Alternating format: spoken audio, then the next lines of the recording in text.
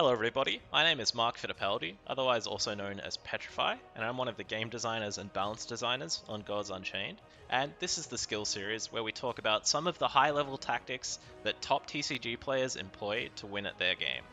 In today's episode, we're going to be covering mana efficiency. So, what is mana efficiency? Mana efficiency is the quite simple concept of spending as much mana as you possibly can every single turn. So, why would I want to be mana efficient? It's for the very simple reason that mana often equates to power.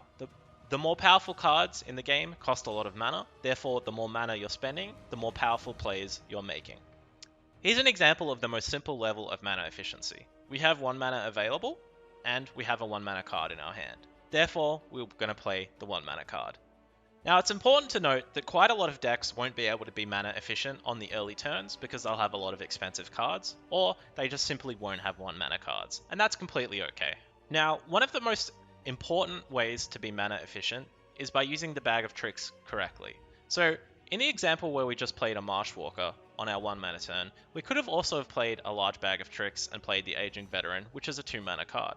However, we weren't getting the full value out of our 2 mana card, so we wanted to save the bag of tricks to be more mana efficient later on. This is an excellent example of using the bag of tricks to be mana efficient. So our total mana pool here is 2. However, we have a bag of tricks available to us, which does give us the accessibility to play a 3 mana card. Now we have the choice of playing a 2 mana card or a 3 mana card and the bag of tricks. In this instance, I think it's definitely correct to play the 3 mana card and the bag of tricks because we're being more mana efficient. So here's an example where we have multiple options of cards to play and we have a choice available to us. So we can play our Aging Veteran and Tribal Orc, which costs 3 mana given it's a 2 mana card and a 1 mana card, and we'll have 1 mana left over. So that's not being mana efficient because we have that 1 extra mana we could have spent. Or we can play the Bag of Tricks and play our Jungle Princess, which spends 5 mana. This makes it a much more powerful turn because we've chosen the more mana efficient option of spending the 5 mana card. Now on this turn we have several different options to spend our 6 mana pool. So we could play the Green Giant, which is exactly 6 mana and would be a very simple play. Or we can play the Aging Veteran, which is 2 mana, plus the Tribal Orc, which is 3 mana in total, plus the Leech Life, which is 6 mana in total. So both ways lead to us spending 6 mana and being mana efficient. Now, it's up to you to consider which play is better there. I can't give you the answer. However, I think the incorrect play would be spending 4 mana here by playing Tribal Orc plus Marshwalker plus Aging Veteran, because you are left with 2 mana over, and that's not necessarily a good thing. Now, one of the best ways to be mana efficient is by using your God Power to fill the gap when you can't play other cards.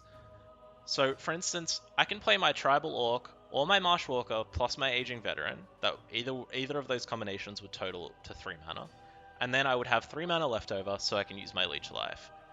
Or I could play Marshwalker, Tribal Orc, and Aging Veteran, which would total 4 mana, and then I would have 2 mana left over in the pool, so I wouldn't be being mana efficient. So if I play Marshwalker plus Aging Veteran here, and then Leech Life, I've spent all my mana. If it were to be the Tribal Orc, I would have 2 left over, and I would be in a much weaker position. Now, it's important to note that being mana efficient isn't always necessarily correct. There are a lot of circumstances where mana efficiency is the wrong thing to do. Now, this is what separates the really good players from the great players, is figuring out the circumstances where, okay, I don't want to be mana efficient, I would rather do a different play to be more effective with my mana. So in this example, my opponent has a 5-5 on the board and I have my 1-1.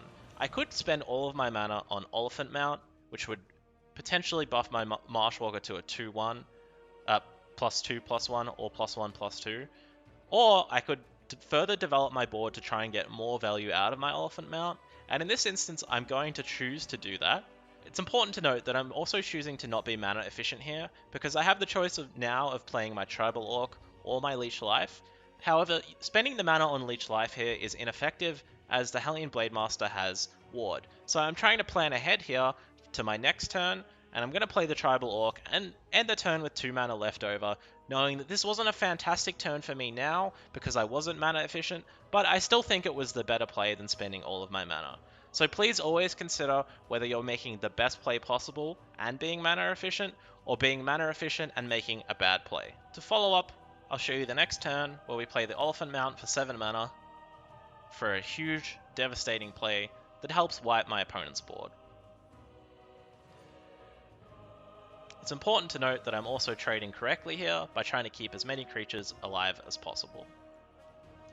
That concludes this episode of the Skill Series on mana efficiency. Thanks so much for watching, and please tune in next time for more tips and tricks to help you become a better card game player. My name's Mark Fittipaldi, and I hope to see you then.